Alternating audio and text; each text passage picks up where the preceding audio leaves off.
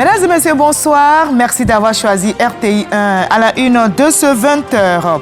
Le vice-président Timoko Méliès Koné échange avec les cadres et chefs traditionnels de la région de Gbeke. La cohésion et l'unité étaient au menu. Les têtes couronnées, tous les cadres ont été invités à promouvoir la paix dans la région en prélude aux élections à venir. Le projet de loi portant création du Fonds national de garantie des mutuelles sociales de Côte d'Ivoire a été voté en commission. Le ministre de l'Emploi et de la Protection sociale, Adama Kamara, face aux députés, a défendu un projet solide qui devrait renforcer la couverture sociale des populations ivoiriennes. Le Parlement ivoirien est en pleine activité. La présidente du Sénat, Kandia Kamara, est en mission au Maroc où elle prend part au 3e forum du dialogue parlementaire Sud-Sud sur place à Rabat. Elle a exposé sur le rôle des initiatives et dialogues interrégionaux dans la promotion de l'intégration économique. Et enfin, il est le 47e président des États-Unis. Donald Trump a été investi il y a tout juste 100 jours. Le 20 janvier dernier, il promettait un nouvel âge d'or pour l'Amérique. Trump reste déterminé à préserver les intérêts économiques américains par l'instauration de taxes douanières.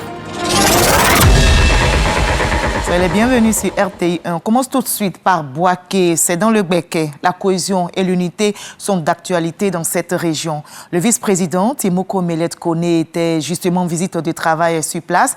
En marge des activités d'inauguration, il a échangé avec les cadres et chefs traditionnels. Ces derniers ont été mis en mission pour relayer la paix et la cohésion auprès des communautés. Mama Traoré, Ambroise Asséman pour vous.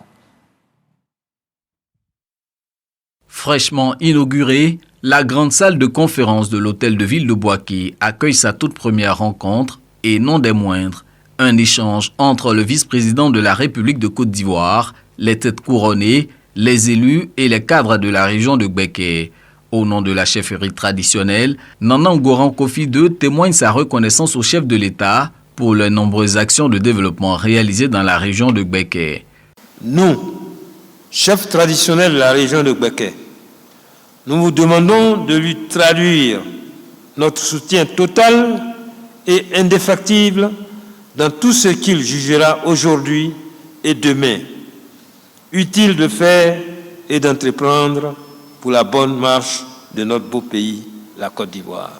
Les élus et cadres de Gbeke sont également reconnaissants au président Alassane Ouattara et au nom de cette reconnaissance, ils s'engagent à œuvrer au maintien d'un climat apaisé en cette année électorale. Je voudrais affirmer et réitérer ici notre détermination à accompagner le chef de l'État dans sa noble mission de bâtir une nation toujours plus forte et plus prospère. Vous pouvez compter sur chacune et sur chacun de nous pour expliquer le progrès exceptionnel que connaît notre pays à tous nos parents. Nous les invitons à en faire un bon usage pour leur bien-être et pour leur mieux-être. La désinformation et le mensonge ne pourront plus constituer des arguments de conquête du pouvoir dans cette région. Et nous le souhaitons également pour toute la Côte d'Ivoire. Rassuré de tels engagements émanant des chefs coutumiers et des cadres, le vice-président de la République réaffirme la volonté du chef de l'État à poursuivre le développement socio-économique du pays. Les prochaines échéances doivent être pour nous aussi l'occasion de montrer une fois de plus que la Côte d'Ivoire avance dans la démocratie, dans la paix, dans la maturité politique et dans le progrès. Si nous y arrivons, nous aurons mérité le respect de tous et de tous ceux qui nous voient comme des personnes n'étant pas capables de faire de progrès. Donc je voudrais inviter chacun de nous à œuvrer pour la préservation des acquis précieux que sont la paix et la stabilité. Timoko Méliès Koné a pris congé de ses hôtes de la région de Gbeke en promettant d'être leur messager auprès du chef de l'État. Et loin de Bouaké, ici à Abidjan, le ministre de l'Emploi et de la Protection sociale réussit son grand oral devant les députés. Adama Kamara a défendu en commission un projet solide qui devrait renforcer la couverture sociale des populations ivoiriennes. Il s'agit du projet de loi portant création du Fonds national de garantie des mutuelles sociales de Côte d'Ivoire. Léon Bro, Ami Sangari. Il ne prévient pas que les défaillances éventuelles des mutuelles sociales et leurs fêtières, le FOMUSI, le Fonds national de garantie des mutuelles sociales de Côte d'Ivoire, a vocation à rétablir surtout l'équilibre financier de ces structures, garantissant ainsi les obligations des mutuelles sociales et leurs fêtières vis-à-vis de leurs membres. Voilà qui motive le vote par les députés du projet de loi portant création du FOMUSI. Un homme sans santé est un personnage qui n'a pas de vie. Donc le gouvernement, en se penchant sur cet aspect de la santé, pense d'abord au bien-être de la population. Et c'est primordial et c'est fondamental pour nous, en tant que représentants du peuple. Offrir aux populations une protection sociale robuste, l'émissaire du gouvernement y croit, expliquant que le FOMUSI vient renforcer leur écosystème pour rendre solides les mutuelles sociales et complémentaires de la couverture maladie universelle. La MUGFC, dans le cadre de sa complémentaire santé, plutôt que ses adhérents payent 30% des tickets modérateurs, payent 20% des tickets modérateurs. Avec la création de ce fonds de garantie, notre souhait, notre ambition, c'est que toutes les mutuelles agréées puissent faire ce que la MUGFC a fait. En le faisant, c'est le pouvoir d'achat de nos braves populations qui se serait amélioré. Le Fonds national de garantie des mutuelles sociales, le dernier des outils de réglementation de la mutualité sociale au sein de l'UEMOA que la Côte d'Ivoire met en place. Voilà, c'est tout le Parlement ivoirien qui est au travail. La présidente du Sénat, Kandia Camara, est justement en mission au Maroc où elle prend part au 3e forum du dialogue parlementaire Sud-Sud sur place à Rabat. Elle a exposé sur le rôle des initiatives et dialogues interrégionaux dans la promotion de l'intégration économique. Envoyé spécial au Maroc, Kader Sogodogo.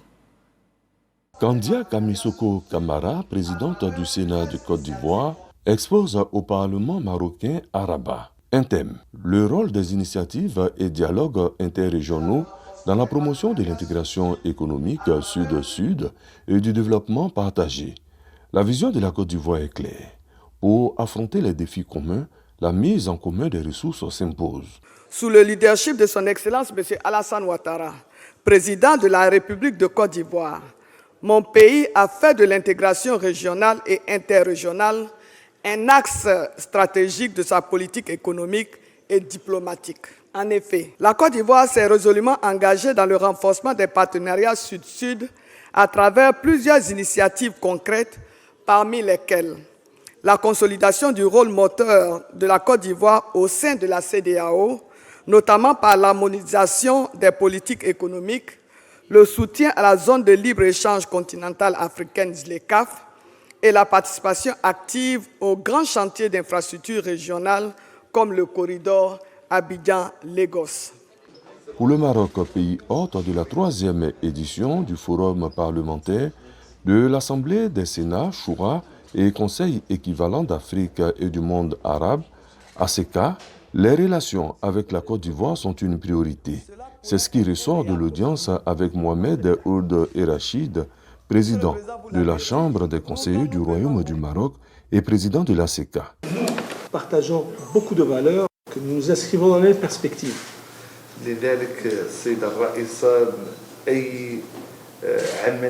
Par conséquent, tout travail qu'on peut faire, nous, en tant qu'institution parlementaire marocaine, pour aider, en quelque forme que ce soit, pour promouvoir davantage le travail et les efforts entre nous. Des échanges de présents qui traduisent la longue et chaleureuse relation faite de fraternité entre le Maroc et la Côte d'Ivoire. On dira du roi Hassan II et Félix Houphouët-Boigny au roi Mohamed VI et Alassane Ouattara. Et on dira bien aussi que la Côte d'Ivoire est présente aux grands rendez-vous internationaux. Notre pays vient de participer aux réunions de printemps du FMI et du groupe de la Banque mondiale à Washington aux États-Unis. Les ministres Niale Kaba et Adama Coulibaly étaient très actifs à plusieurs rencontres de haut niveau et d'importantes retombées sont annoncées pour la Côte d'Ivoire à la fin de la mission. Khalid Diomandé et Serge Koléa sont nos envoyés spéciaux. Passer au peigne fin les projets de développement exécutés ou en cours de réalisation, évaluer les besoins prioritaires dans des secteurs clés tels que l'énergie, l'habitat, l'agriculture, la santé ou encore l'éducation. Envisager les perspectives d'une croissance jugée satisfaisante. La Côte d'Ivoire, du point de vue des structures spécialisées du FMI et du groupe de la Banque mondiale, se porte bien. Elle a notamment réalisé des progrès significatifs dans la mise en œuvre de son programme économique et financier. Des efforts à consolider avec l'engagement ferme des institutions de Bretton Woods à accompagner les autorités ivoiriennes. Nous sommes l'un des premiers pays à avoir adhéré à l'initiative D4D sur l'éducation.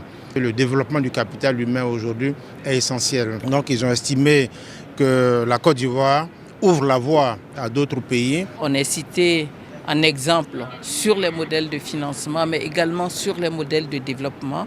Et nous sommes en train de travailler sur des chantiers divers pour faire en sorte que la Côte d'Ivoire atteigne cet objectif de pays à revenus intermédiaires de la tranche supérieure à travers un développement du secteur privé qui va accompagner un certain nombre de réformes en lien avec la productivité de l'économie. Comment investir pour que notre secteur agricole, le monde rural s'enrichisse un peu plus rapidement pour contribuer à réduire de façon drastique le taux de pauvreté. Ces réunions de printemps n'ont pas occulté les mutations tarifaires mondiales actuelles qui s'imposent comme un véritable défi.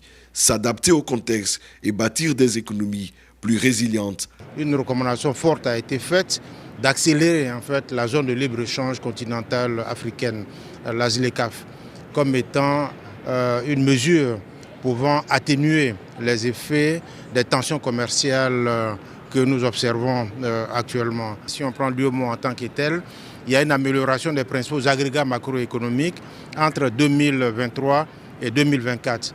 Mais il y a des risques qui existent encore au niveau international. Donc le renforcement de l'intégration économique régionale peut nous permettre de faire face à cela.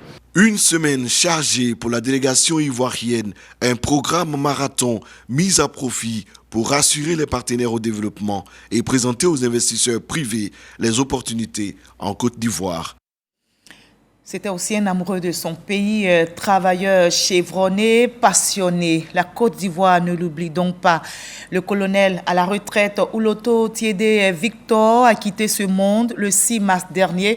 La République reconnaissante lui a rendu un ultime hommage aujourd'hui même à l'état-major général des armées au plateau. Il fut le premier aide-de-camp du général Paul Ouattara Toumadakin. Le reportage est signé Walter Amadou Ouattara et Zakaria Traoré.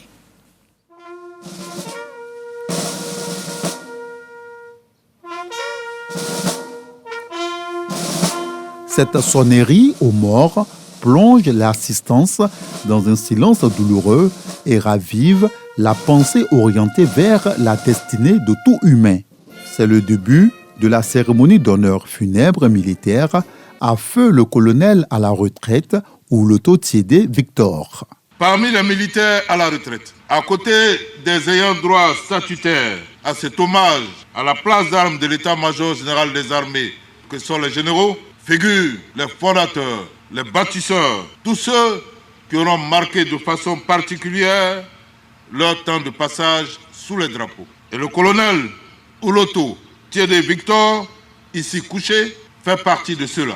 De ce qui nous a été dit, le général de corps d'armée Ouattara Toumadakin commençait toutes ses journées par le même rituel, un entretien avec le colonel Ouloto, ce qui lui permettait, après un tour d'horizon, d'être situé sur la mise en œuvre des instructions données, l'état du moral des troupes, la vie dans les casernes, la situation sécuritaire intérieure et sur les frontières. Dans son oraison funèbre, l'association fraternelle des anciens combattants de Côte d'Ivoire souligne que le défunt a toujours cherché la perfection. De l'école militaire préparatoire technique de Mégerville, où il s'est distingué parmi les meilleurs, jusqu'aux grandes écoles de France, il a su incarner l'excellence, la discipline et la rigueur.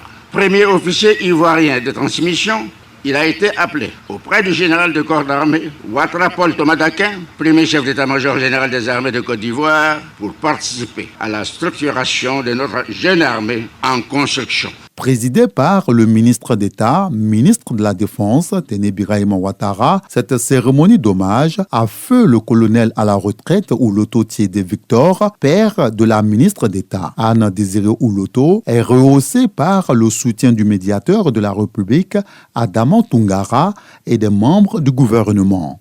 8 officiers supérieurs des armées acheminent la dépouille vers la place d'armes, général de corps d'armée, Ouattara Paul Thomas Daquin, suivi d'une série de recueillements. Autre moment touchant, le message du colonel Coupé Siloué, commandant des troupes ce jour. Cérémonial funèbre militaire terminé. Adieu, mon colonel.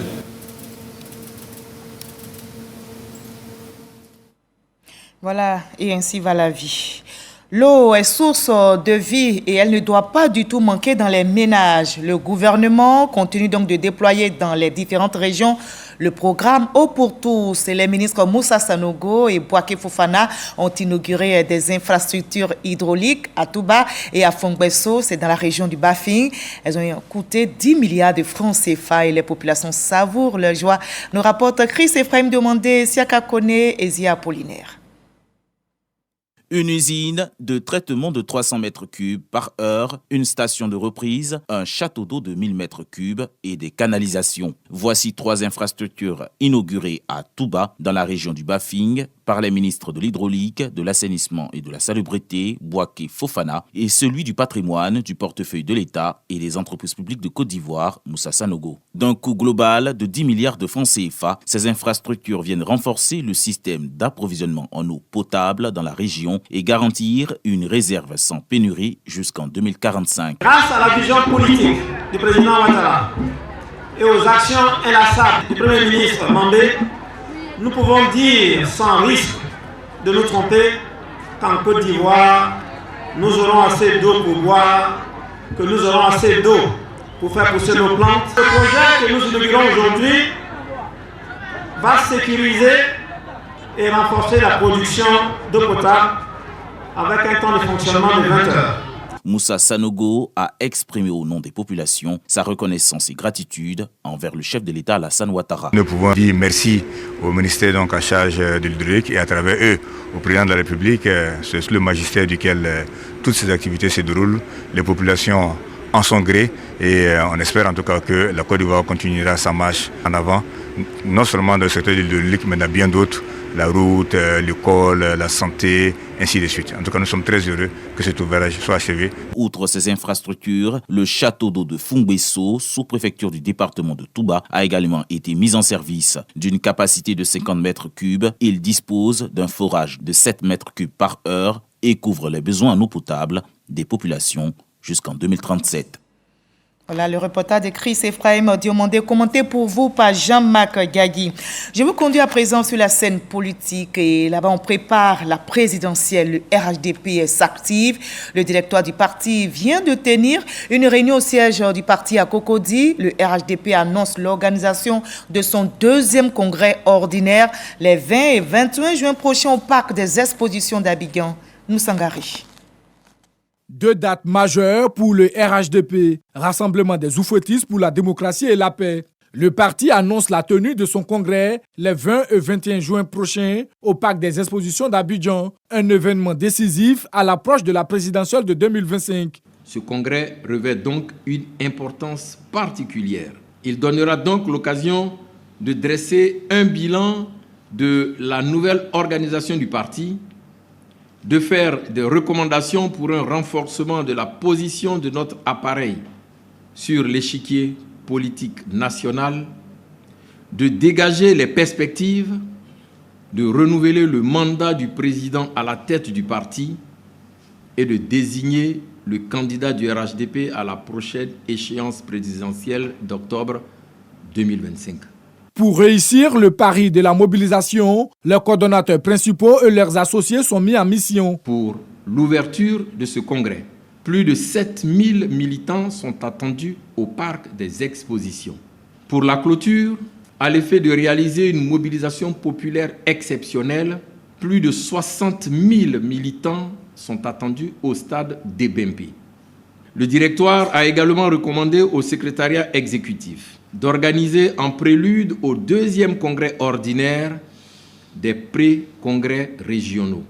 Ces pré-congrès régionaux se tiendront selon un calendrier établi du 17 mai au 15 juin prochain dans les 47 coordinations régionales de l'intérieur du pays, puis au sein des coordinations du Grand Abidjan. Pour le RHDP, ce congrès vise aussi à renforcer la cohésion interne et à réaffirmer son ancrage national. Le PDCI est aussi à pied d'œuvre pour la présidentielle. Un collectif propose un plan B suite à la radiation du président du parti, Tidjane Thiam, de la liste électorale. Le collectif des militants du PDCI mise donc sur la candidature de Jean-Louis Bion à la présidentielle d'octobre prochain. Notre reporter Noussangaré a suivi la conférence de presse pour vous.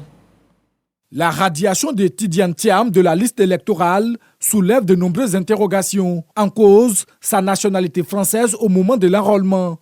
Une exclusion qui, pour le collectif des militants pour le respect des textes du PDCI-RDA, appelle à une réorganisation. Depuis 2010, le PDCI n'a plus présenté de candidat à une élection présidentielle. Alors que le fauteuil présidentiel nous est à portée de main dans 6 mois, le PDCI peut-il prendre le risque de décevoir ces millions d'Ivoiriens en étant absent à cette élection? Il est temps de penser à une alternative sérieuse et crédible. L'alternative aujourd'hui au PDCI-RDA, c'est Jean-Louis Bion. Parce que M. Jean-Louis Bion fait déjà ce que le politique promet au peuple. Pour ce groupe de militants, le défi est désormais clair. Faire preuve de résilience, se mobiliser et garder le cap sur l'échéance d'octobre 2025. Nous lançons un appel solennel à tous les cadres, les élus, militantes et militants de toutes les régions à se mobiliser pour ouvrir une nouvelle page de l'histoire du PDCI fondée sur la transparence, l'unité et la responsabilité pour relancer des préparatifs plus sérieux des échéances à venir. L'appel est lancé, s'unir, dépasser les clivages internes et se préparer à la reconquête du pouvoir d'État. Pour le collectif, c'est à ce prix que le parti pourra écrire une nouvelle page de l'histoire politique ivoirienne. Et l'alternative Nouvelle Génération dévoile déjà le nom de son candidat à l'élection présidentielle. Ousmane Camara se dit prêt à porter les couleurs de son parti en octobre prochain. Lors d'une conférence de presse, il a présenté son programme et ses missions. Nadège Kassi, Marie-Chantal Akandan et Cissé Ibrahim. Porter l'intérêt collectif au cœur du débat politique et réconcilier les citoyens avec l'action publique, telle est l'ambition de l'alternative Nouvelle Génération ANG, qui a désigné son président, Dr Ousmane Camara, comme candidat à l'élection présidentielle de 2025. Inspiré de son manifeste Transformation sociale organique, Vision Côte d'Ivoire 2035, le candidat de l'ANG plaide pour une transformation sociale en profondeur. Je déclare ma candidature à l'élection présidentielle du 25 octobre 2025. Car nous avons grandi, nous nous sommes formés, nous avons eu l'expérience nécessaire, nous avons mené le combat que nous devrions mener pour garantir la prospérité pour tout le monde. Le pays nous appelle, l'histoire nous regarde et nous avons décidé d'y répondre. Nous sommes l'alternative. La nouvelle génération qui va donner à l'Afrique sa lettre de noblesse. Il faut que nous travaillions ensemble à bâtir la cité des justes. Une cité où chacun aura sa place. Dans un discours engagé, le président de l'alternative Nouvelle Génération appelle à une mobilisation pacifique et à une implication active de l'ensemble des citoyens. Voilà, on va prendre un peu de rendez-vous pour un peu d'humour aussi. Et vous pouvez compter sur la RTI pour ce beau moment de divertissement. Bonjour Paris 2025, le grand rendez-vous du rire signé RTI s'apprête à faire vibrer le Casino de Paris. Et ce sera le samedi 3 mai prochain. L'équipe de production et les humoristes sont déjà prêts pour vous, pour un fou rire. Cocody, radiodiffusion télévision ivoirienne, la salle des réunions de la production. Équipe de production de l'émission Bonjour de la RTI et humoriste en pleine séance de travail. Au menu, les textes et les différentes thématiques à aborder à la 5e édition de Bonjour Paris. À cette réunion, Bamba himself, producteur délégué de l'émission Bonjour, assure le spectacle sera féerique et inoubliable. Ses propos soutenus par artistes humoristes et artistes comédiens. Vous voulez que je divise Paris en deux, non? C'est ce que je vais venir faire. Je suis allé prendre un précieux, m'asseoir. Vous voulez pas, vous me réclamez. C'est quoi que vous cherchez avec moi là? Vous allez voir. Tu t'en vas à Paris? Ah, on fait comment? On dit en Calabengue, donc en partie. On fait quoi là-bas? C'est pas Bonjour Paris là.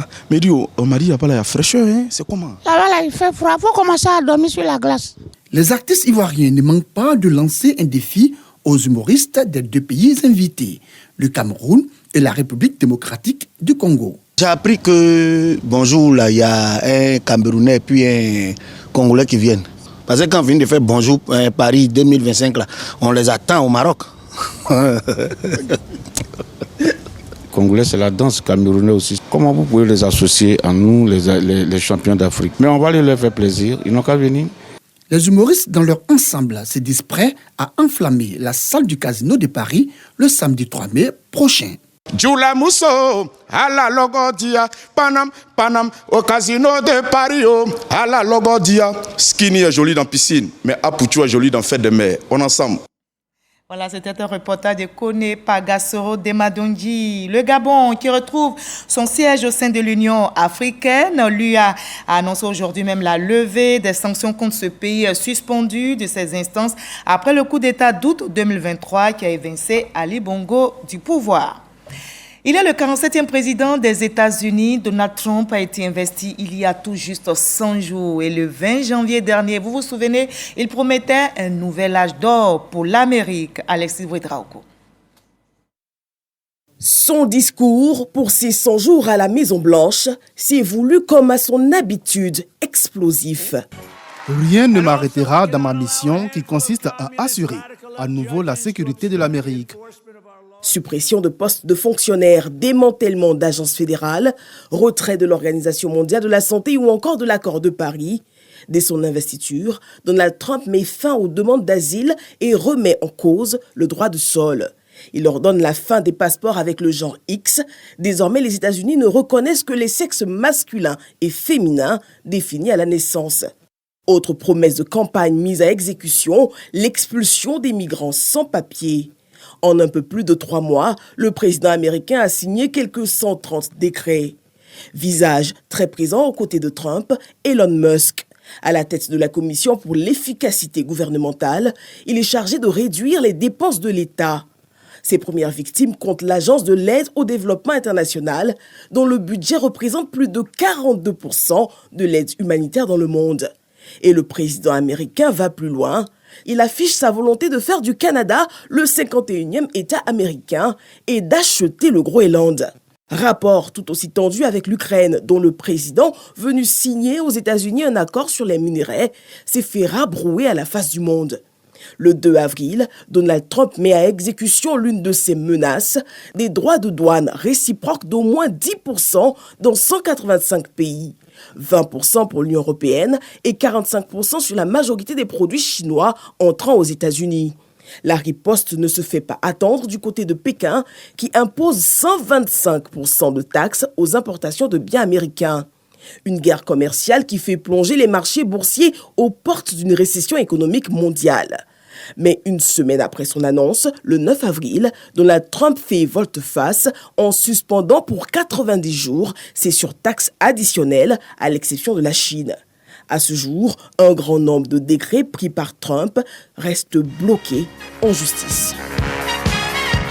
Ce commentaire d'Alexis Ouedraogo met point final à ce 20h. Merci de l'avoir suivi. Je vous retrouve demain avec le même bonheur, surtout dans la paix.